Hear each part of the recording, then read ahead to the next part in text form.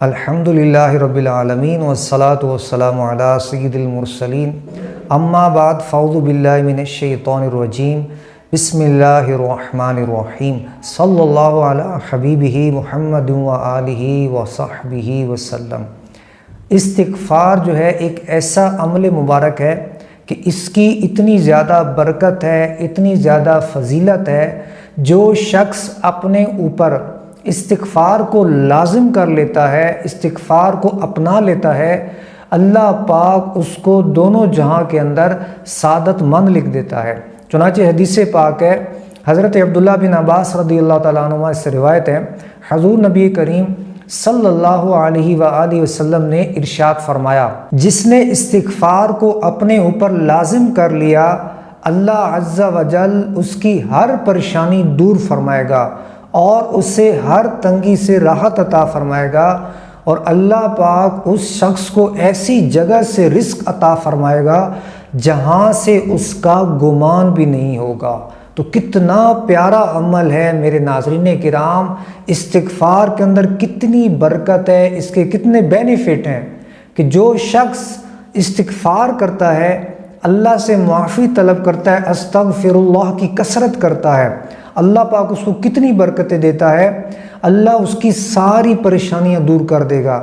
اب یہ ایک جملے کے اندر ہمارے سارے مسئلے آ گئے، خواہ وہ کیسی پریشانی ہو، مال کی کمی کی ہو، رزق کی کمی کی ہو، بیماری کی صورت میں ہو، جادو جنات کی صورت میں ہو، وہ پریشانی دشمنوں کی وجہ سے ہو، وہ پریشانی جو ہے نوکری نہ ملنے کی وجہ سے ہو، وہ پریشانی خواہ اولاد نہ ہونے کی وجہ سے ہو، وہ پریشانی اولاد ہے مگر نیک نہیں ہے، نافرمان ہے، اس کی پریشانی ہے، الغرض کسی قسم کی بھی پریشانی ہے، استغفار اپنے اوپر لازم کر لیجئے، کثرت کے ساتھ استغفر اللہ پڑھیں آپ، اللہ پاک آپ کی ساری پریشانیاں دور کر دے گا۔ اللہ کو راضی کریں، اس سے معافی طلب کریں، جب اللہ پاک سے معافی طلب کریں گے، استغفار کریں گے تو میرا رب آپ کے سارے مسئلے حل فرما دے گا، اور جتنی بھی تنگیاں ہیں، جتنی بھی ٹینشنیں ہیں، تنگیاں ہیں، اللہ پاک ان سب تنگیوں سے نکال کے آپ کو راحت کی طرف لے آئے گا، آپ کو آسانیوں کی طرف لے آئے گا۔ اللہ پاک آپ کو سارے غموں سے نکال کے آپ کی زندگی کو اچھا اور پرسکون بنا دے گا۔ اللہ پاک بڑا غفور الرحیم ہے، ہم اس سے معافی طلب کریں، استغفار کریں، اور پھر فرمایا اس کو ایسی جگہ سے رزق ملے گا جہاں سے اس بندے کا گمان بھی نہیں ہوگا۔ باقت ہوتا ہے نا بندے کو کہ یار میرے تو یہ وہم و گمان بھی نہیں تھا، بھی ایسا ہو جائے گا، بندہ کہتا ہے نا، تو اس طرح اس کو رزق ملے گا کہ اس کا گمان بھی نہیں ہوگا۔ کس شخص کو ملے گا؟ جو استغفار کو اپنے اوپر لازم کر لے گا، یعنی اس کی کثرت کرے گا، روزانہ کی بنیاد پہ یہ عمل کیا کرے گا، تو اس کی بڑی برکت ہے۔ اللہ پاک قرآن مجید فرقان حمید کے اندر ارشاد فرماتا ہے، وَاتُوبُوا إِلَى اللَّهِ جَمِيعًا أَيُّهَا الْمُؤْمِنُونَ لَعَلَّكُمْ تُفْلِحُونَ، اور اللہ کی طرف توبہ کرو اے ایمان والو، اے مسلمانوں، اس امید پر کہ تم فلاح پا جاؤ۔ تو یہ ایسا عمل ہے کہ اللہ پاک فرماتا ہے کہ اے ایمان والو، اگر تم چاہتے ہو، فلاح چاہتے ہو، کامیابی چاہتے ہو، تو اللہ کی طرف توبہ کرو، وَتُوبُوا إِلَى اللَّهِ، اور اللہ سے معافی طلب کرو، بخشش طلب کرو، استغفار کرو، اس عمل کی برکت سے تم فلاح پا جاؤ گے، تم کامیاب ہو جاؤ گے۔ یہ کامیابی کا راستہ ہے استغفار، اس کے اندر اتنے فوائد ہیں، دین دنیا بندے کے سنورتے ہیں، اور پھر اس کی اتنی بڑی برکت، جو سب سے بڑی برکت ہے، بندے کے گناہ معاف ہوتے ہیں۔ یقیناً ہر انسان بتقاضۂ بشریت، کیونکہ انسان ایک کمزور ہے، الانسان من النسیان، انسان بھول سے ہے، بندے سے خطائیں سرزد ہوتے ہیں، گناہ سرزد ہوتے ہیں، تو یہ اللہ پاک کی بہت بڑی رحمت ہے کہ اس نے اپنے بندے کے لیے توبہ کا دروازہ کھول رکھا ہے۔ اللہ پاک نے اپنے بندے کے لیے توبہ کی راہیں کھول رکھی ہیں۔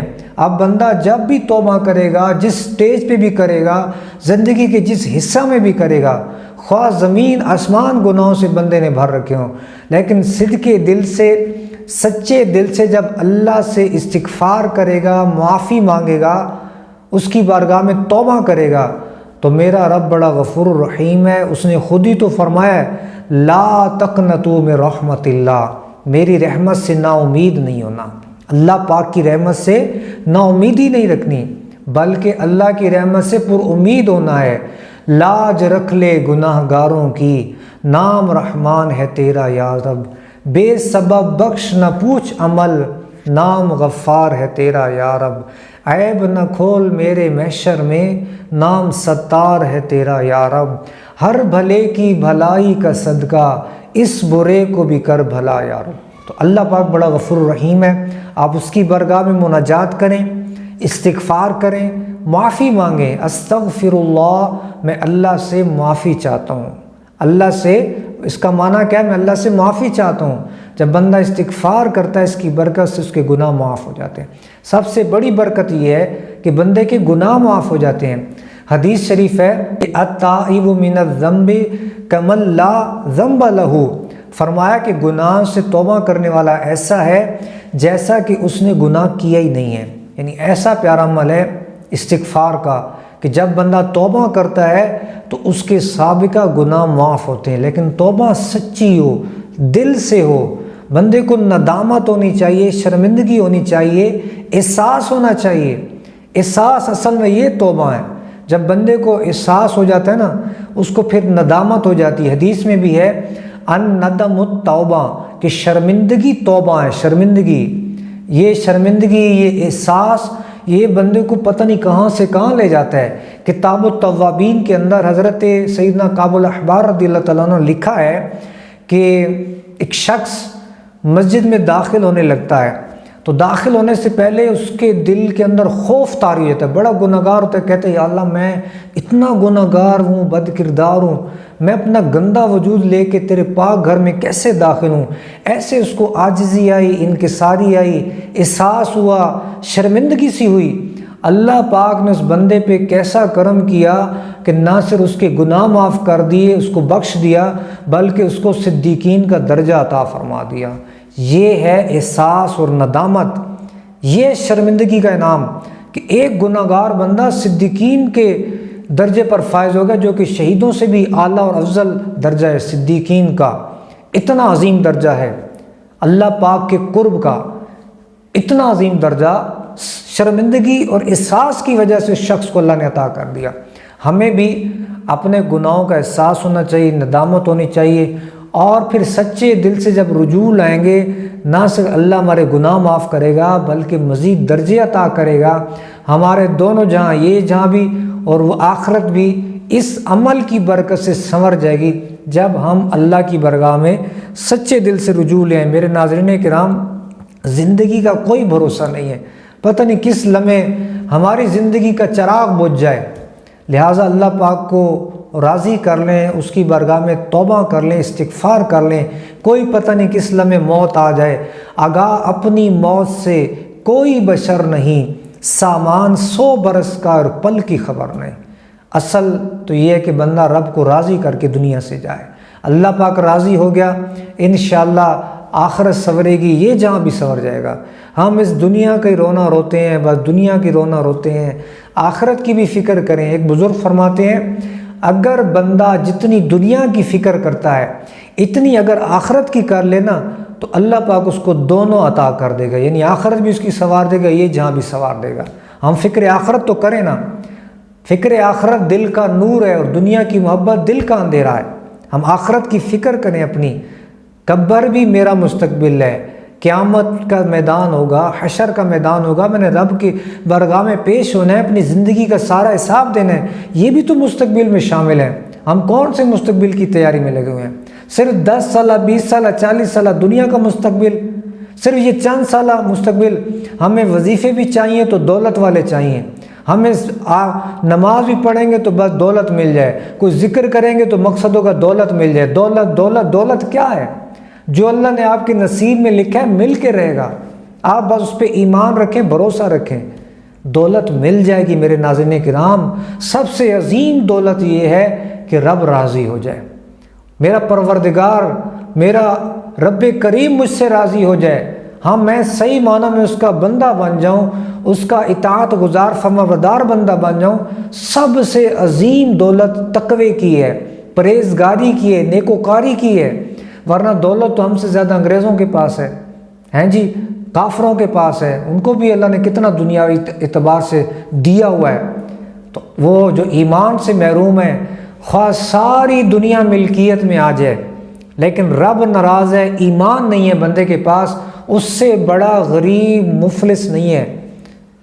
اور جو شخص جس کو اللہ نے ایمان کی دولت دی ہے، ہم کہتے ہیں میں محروم ہوں، میرے پاس یہ آسائش نہیں ہے، میرے پاس یہ سہولت نہیں ہے۔ خدا کے بندے، تجھے اللہ نے ایمان کی دولت دی ہے، کبھی اس پہ غور کیا ہے؟ دنیا کی ساری آسائشیں اس ایمان پہ قربان، اتنی عظیم۔ وہ چاہتا تجھے کسی یہودی کے گھر پیدا کر دیتا، عیسائی کے گھر پیدا کر دیتا، کسی کافر کے گھر پیدا کر دیتا، لیکن بن مانگے میرے رب نے تجھے ایمان دیا، مسلمانوں کے گھر پیدا کیا۔